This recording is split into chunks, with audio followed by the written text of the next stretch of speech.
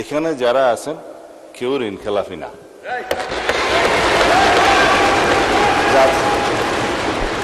নির্বাচনী আইন, representation of people's order এবং অন্যান্য বিধিমালায় অনুসারে যারা ঋণ খেলাফি আদালত কর্তৃক সাব্যস্ত হবে, ঘোষিত হবে, তারা দে আর ডিসকোয়ালিফাইড, তারা এমপি হিসেবে নমিনেশন দিতে পারবে না, অবৈধ।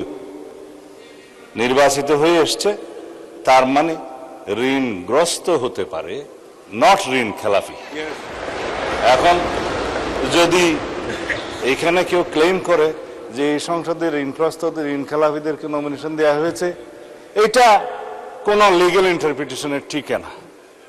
যাদেরকে নমিনেশন দেয়া হয়েছে তাদের মধ্যে কারো কারো বিরুদ্ধে ব্যাংকের মামলা ছিল, অন্যান্য প্রাইভেট পক্ষের মামলা ছিল, সেগুলো ডিসপোজড অফ হয়ে গেছে ইন দ্য হাইকোর্ট।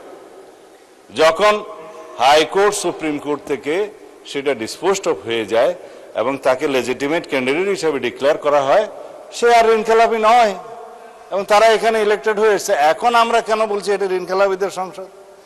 কেউ কেউ ঋণগ্রস্ত হতে পারে ব্যবসা বাণিজ্য করতে যেয়ে, কিন্তু ঋণ খেলাপি হিসাবে যে এখানে ডিফেম করা হচ্ছে, it's a defamatory statement, it should be, I think, এক্সপান্সড।